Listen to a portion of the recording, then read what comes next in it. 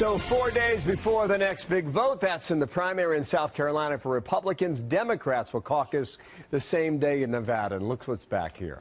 The billboard's back for another year, 2016. And just looking at South Carolina and now specifically for the Republicans, we can get to Nevada tomorrow. But I just want to focus right now on South Carolina, kind of what moves down there and what the conventional wisdom would tell you based on previous elections. You can divide the state in three areas.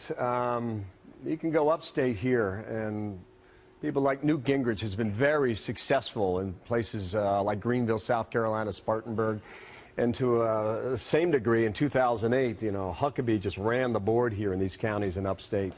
And then down here along the coast here, you get a lot of military votes down in Charleston and Beaufort, et cetera. One guy who knows this state very well is Newt Gingrich, former Speaker of the House, Fox News contributor. We have the signal now, sir, and thank you for your time today. You won this state in 2012, so you know it as well as anybody. In a typical year, I think you could probably outline what? You take upstate, probably take the Midlands here, like Columbia, you know, Lexington County, right, and down here along the coast. But I don't know if this is the same year, if the same rules apply to the state of South Carolina. As you see it now, size it up. Well, I mean, you just had the key word. If this were a typical year, but if this were a typical year, you wouldn't have, you know, Trump in the lead by the size of his current margin.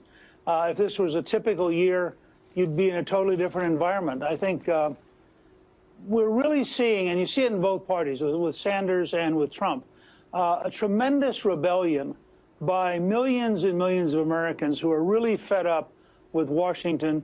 They're fed up almost as though if you have experience, you're discounted automatically because you're part of the group that didn't solve it.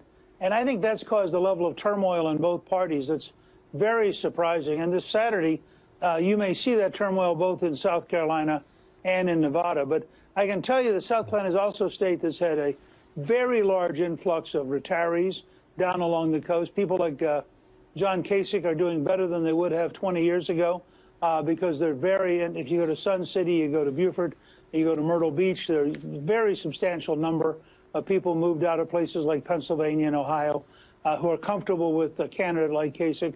At the same time, Ted Cruz has done very, very well at networking the evangelical vote, which particularly in the upper part of the state is a very, very important vote. Yeah, let me just say, I think your point's well taken about folks in the Midwest moving down to South Carolina. I think you make the same argument for folks from the Northeast moving down to South Carolina as well. I mean, I-95 goes there for a reason and goes past it. Right. Fundamentally thinking, we talk about evangelicals, right? I mean, you don't disagree with what I was saying, right? Up here, Greenville, Spartanburg, you know, this northern half of the state, where Huckabee scored so well. Right? I mean, conventional wisdom says that's right, correct? Oh, no, you're exactly right. When you look at how the state breaks down, you get your most religiously motivated and strongest fundamentalist beliefs across the northern part of the state, the upcountry. Then you have around Columbia sort of a business orientation, but still solidly conservative. And then you get into very heavy military retirees, veterans, and others below that. One county we're looking at very closely is Horry County. You've been there, right? Myrtle Beach? I sure have. And this is a place where a lot of, you know, Cruz and Trump made a beeline there out of New Hampshire. And my friend Chris Darwell says keep an eye here on Horry County up in the Northeast, right along the border of North Carolina. What is it about the voter in this county that makes Saturday so critical? Well, first of all, it's a very big county, which has grown very, very dramatically. I think they may have more golf courses per 1,000 people than any other place in the country. They have drawn huge numbers of retirees in, as well as people who are in the tourism business. And so Myrtle Beach has become a real center of activity and a place where you want to carry if you can, because it gives you such a huge base of votes. That was not true 25 years ago. And I think that somebody like Trump, somebody like Kasich fits better in that area than they might fit up around Greenville, although the truth is, in Trump's case, he is doing very well across virtually every element of the Republican Party. He swept every county in New Hampshire. I have a minute left, sir, and I really want to squeeze in this question. 4 years ago, why did you win South Carolina, and what do you think is fundamentally different 4 years later about that state, or perhaps a reflection on the country? Go, 30 seconds. Well, I think, first of all, we went in very early with Adam Waldeck and with Vince Haley.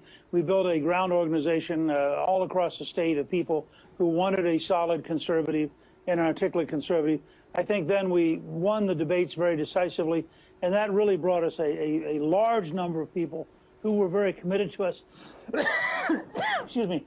But the fact is that it was the debates were the final piece. We were competitive with Romney until the debates, and the debates decisively pulled us away. Wow, so that we won a pretty surprising victory. All right. Thank you, Mr. Speaker. Appreciate you coming on today. And we'll speak again. You bet. Newt Gingrich there in Washington. Thanks.